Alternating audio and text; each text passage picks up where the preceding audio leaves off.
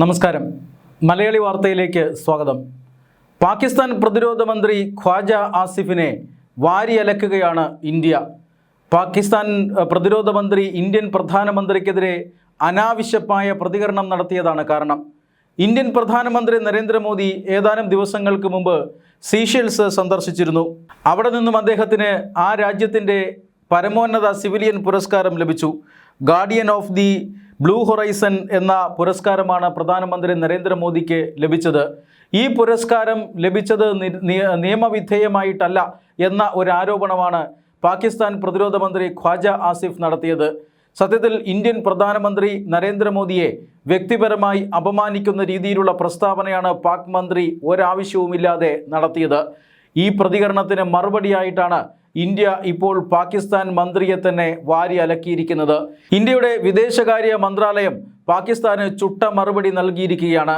ഈ പറയുന്ന പാകിസ്ഥാന്റെ പ്രതിരോധ മന്ത്രി ഖ്വാജ ആസിഫിന് പകൽ സമയങ്ങളിലൊന്നും പണിയില്ലാത്ത ഒരു മന്ത്രിയാണ്. മാത്രമല്ല, അദ്ദേഹത്തിന് അറിവില്ലാത്ത കാര്യങ്ങളിൽ പ്രതികരിച്ചുകൊണ്ട് സ്വയം കുരുക്കിൽ ചെന്ന് പെടുകയും ചെയ്യുന്നു. അതുകൊണ്ട് തന്നെ ഇത്തരം പ്രധാനമന്ത്രി നരേന്ദ്രമോദിക്കെതിരായിട്ടുള്ള ഇത്തരം പ്രതികരണങ്ങൾ നിർത്തണമെന്നും ഇന്ത്യയുടെ വിദേശകാര്യ മന്ത്രാലയം പാകിസ്ഥാൻ മന്ത്രിയോട് ആവശ്യപ്പെട്ടിരിക്കുകയാണ്. ഇന്ത്യയുടെ ഈ പ്രതികരണത്തിന് ഒട്ടനവധി അർത്ഥങ്ങളുണ്ട്. അദ്ദേഹം പകൽ സമയം മുഴുവൻ പണിയില്ലാതിരിക്കുന്ന മന്ത്രി എന്നാണ് ഇന്ത്യ വിശേഷിപ്പിച്ചത്. ഇത് തീർച്ചയായും വലിയ ഒരു വിമർശനമാണ്, അല്ലെങ്കിൽ വലിയ ഒരു പരിഹാസമാണ് എന്ന കാര്യത്തിൽ തർക്കമൊന്നുമില്ല. ഇതിന് പക്ഷേ ചില അടിസ്ഥാനങ്ങളൊക്കെയുണ്ട്. ഓപ്പറേഷൻ സിന്ദൂർ സമയത്ത് ഈ ഖ്വാജ ആസിഫിൻ്റെ വായിൽ വരുന്നത് കോതയ്ക്ക് പാട്ട് എന്ന നിലയിലുള്ള ചില പ്രസ്താവനകൾ നമ്മൾ കേട്ടിരുന്നതാണ്. ഇന്ത്യയുടെ 5 യുദ്ധവിമാനങ്ങൾ പാകിസ്ഥാൻ വെടിവെച്ചിട്ടു എന്നാണ് ഖ്വാജ ആസിഫ് ആ സമയത്ത് അവകാശപ്പെട്ടത്. അതിന് ഒരു വിദേശ മാധ്യമ പ്രവർത്തക അദ്ദേഹത്തോട് തെളിവ് ചോദിച്ചു. എന്തെങ്കിലും തെളിവുകൾ വെച്ചുകൊണ്ടാണോ നിങ്ങൾ ഈ സംസാരിക്കുന്നത് എന്ന ചോദ്യത്തിന് സമൂഹ മാധ്യമങ്ങളിൽ ഇതിൻ്റെ തെളിവുകളുണ്ട് എന്നായിരുന്നു അന്ന് പ്രതിരോധ മന്ത്രി മറുപടി നൽകിയത്. ഒരു രാജ്യം മറ്റൊരു രാജ്യവുമായി യുദ്ധത്തിലേർപ്പെട്ടിരിക്കുന്ന സമയത്ത്, സൈനികമായി സംഘർഷത്തിലേർപ്പെട്ടിരിക്കുന്ന സമയത്ത് ആ രാജ്യത്തിൻ്റെ പ്രതിരോധ മന്ത്രി ആ ഓപ്പറേഷനെ കുറിച്ചുള്ള എല്ലാ വിവരങ്ങളും അറിഞ്ഞിരിക്കേണ്ടതാണ്. സൂക്ഷ്മമായ വിവരങ്ങൾ പോലും എന്താണ് യുദ്ധ രംഗത്ത് നടക്കുന്നത് എന്ന കൃത്യമായ വിവരം ആ മന്ത്രിക്ക് അറിവുണ്ടാകേണ്ടതാണ്. എന്നാൽ ഇവിടെ ഖ്വാജ ആസിഫിന് അങ്ങനെ ഒരു അറിവുമുണ്ടായിരുന്നില്ല. അദ്ദേഹം സോഷ്യൽ മീഡിയയിൽ പ്രചരിക്കുന്ന ചില കാര്യങ്ങൾ, സോഷ്യൽ മീഡിയയിൽ പാകിസ്ഥാൻ ഹാൻഡിലർമാർ നടത്തുന്ന നുണപ്രചരണങ്ങൾ, അതിൽ വിശ്വസിച്ച് അഭിരമിക്കുകയായിരുന്നുവെന്ന് ആ അഭിമുഖം വ്യക്തമാക്കുന്നതാണ്. അതായത് പാകിസ്ഥാൻ്റെ പ്രധാനമന്ത്രി ഈ സോഷ്യൽ മീഡിയയിൽ പ്രചരിക്കുന്ന വാർത്തകൾ കോട്ട് ചെയ്തുകൊണ്ട് ഇന്ത്യയുടെ യുദ്ധവിമാനങ്ങൾ വെടിവെച്ചിട്ടു, എത്രമാത്രം പരിഹാസകരമാണ് അത് എന്ന കാര്യം അറിയാമല്ലോ. മാത്രമല്ല, പാകിസ്ഥാൻ്റെ ഈ മന്ത്രി തന്നെ പിന്നീട് വീണ്ടും അപഹാസ്യനാകുന്ന അഭിമുഖങ്ങൾ നൽകിയിട്ടുണ്ട്. അതായത് പാകിസ്ഥാനിൽ ഓപ്പറേഷൻ സിന്ദൂറിന് ശേഷം ഒരു വലിയ അധികാര മാറ്റം നടന്നു. അത് മറ്റൊന്നുമല്ല, അന്നുവരെ പാകിസ്ഥാൻ്റെ കരസേനാ മേധാവിയായിരുന്ന അസിം മുനീറിനെ ഓപ്പറേഷൻ സിന്ദൂറിന് ശേഷം ഫീൽഡ് മാർഷലായി പാകിസ്ഥാൻ പ്രൊമോട്ട് ചെയ്തു. വെറുമൊരു പ്രൊമോഷൻ മാത്രമായിരുന്നില്ല ഇത്. പാകിസ്ഥാൻ ഭരണകൂടത്തിൻ്റെ അധികാരങ്ങൾ പലതും ഫീൽഡ് മാർഷൽ കവർന്നെടുക്കുന്നത് നമ്മൾ കണ്ടതാണ്. പാകിസ്ഥാൻ പ്രധാനമന്ത്രിയെയും പ്രതിരോധ മന്ത്രിയെയും പാകിസ്ഥാൻ്റെ പ്രസിഡന്റിനെയും ഒക്കെ നോക്കുകുത്തിയാക്കി അസിം മുനീറാണ് വിദേശയാത്രകളും മറ്റുമൊക്കെ അന്ന് നടത്തിയിരുന്നത്. അതുകൊണ്ട് തന്നെ ഒരു പട്ടാള അട്ടിമറി അവിടെ നിശബ്ദമായി നടന്നുവോ എന്ന സംശയം എല്ലാവരുടെയും മനസ്സിലുണ്ടായിരുന്നു. പാകിസ്ഥാൻ ഭരണകൂടത്തിന് പകരം പാകിസ്ഥാൻ ഭരിക്കുന്നത് അസിം മുനീർ എന്ന ഫീൽഡ് മാർഷലാണ്. ഇപ്പോഴും അതൊക്കെ തന്നെയാണ് സ്ഥിതി.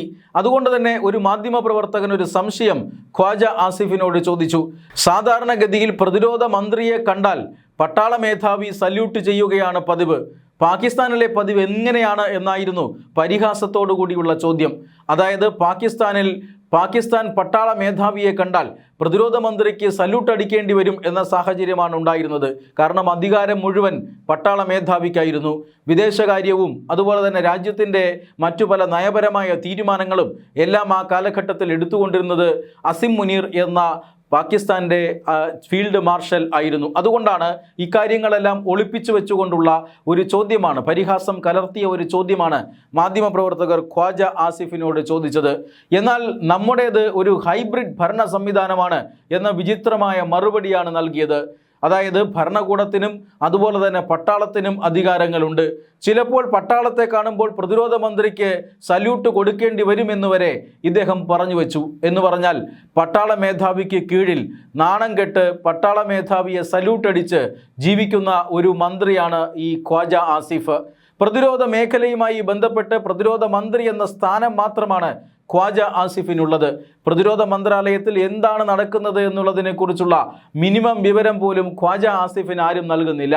അത് മുഴുവൻ കൈകാര്യം ചെയ്യുന്നത് പട്ടാളമാണ്, അസീം മുനീറിനാണ്. അസീം മുനീറിൻ്റെ തീരുമാനങ്ങൾ, അസീം മുനീറിൻ്റെ നയങ്ങൾ ഇതെല്ലാം നടപ്പിലാക്കുകയാണ്. ഇതിൽ പ്രതിരോധ മന്ത്രിക്ക് യാതൊരു പങ്കുമില്ല.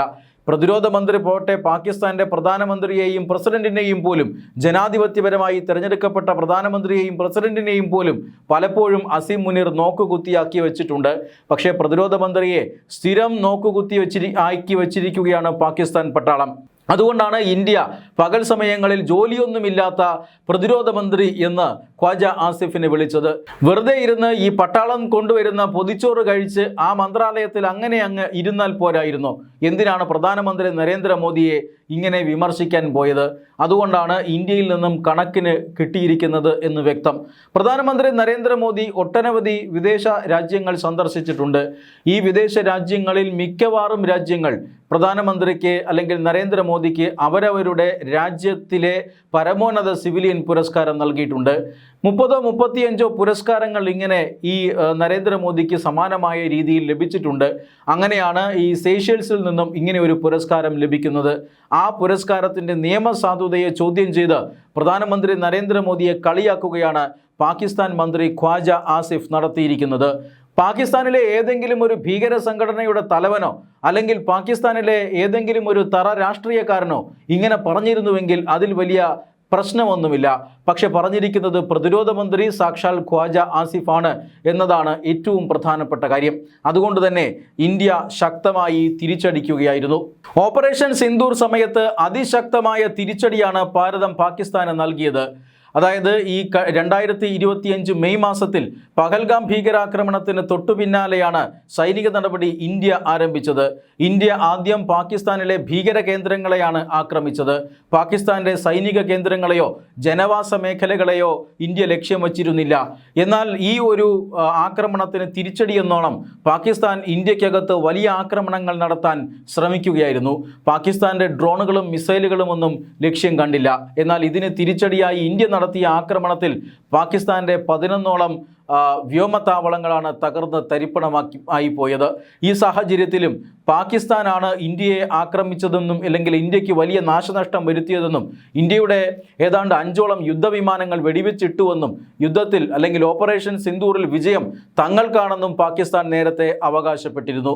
ഇങ്ങനെയുള്ള പെരും നുണകളിൽ വിശ്വസിച്ച് അഭിരമിക്കുന്ന ഒരു രാഷ്ട്രീയ നേതാവ് കൂടിയാണ് അല്ലെങ്കിൽ ഒരു മന്ത്രി കൂടിയാണ് ഖ്വാജ ആസിഫ്. അതേ ഖ്വാജ ആസിഫാണ് ഒരു കാര്യവുമില്ലാതെ പ്രധാനമന്ത്രി നരേന്ദ്രമോദിയുടെ വിദേശ സന്ദർശനത്തെ വിമർശിക്കാൻ എത്തിയത്. അതിനിപ്പോൾ ചുട്ട മറുപടിയാണ് ഇന്ത്യയിലെ സമൂഹ മാധ്യമങ്ങൾ നൽകിയിരിക്കുന്നതും.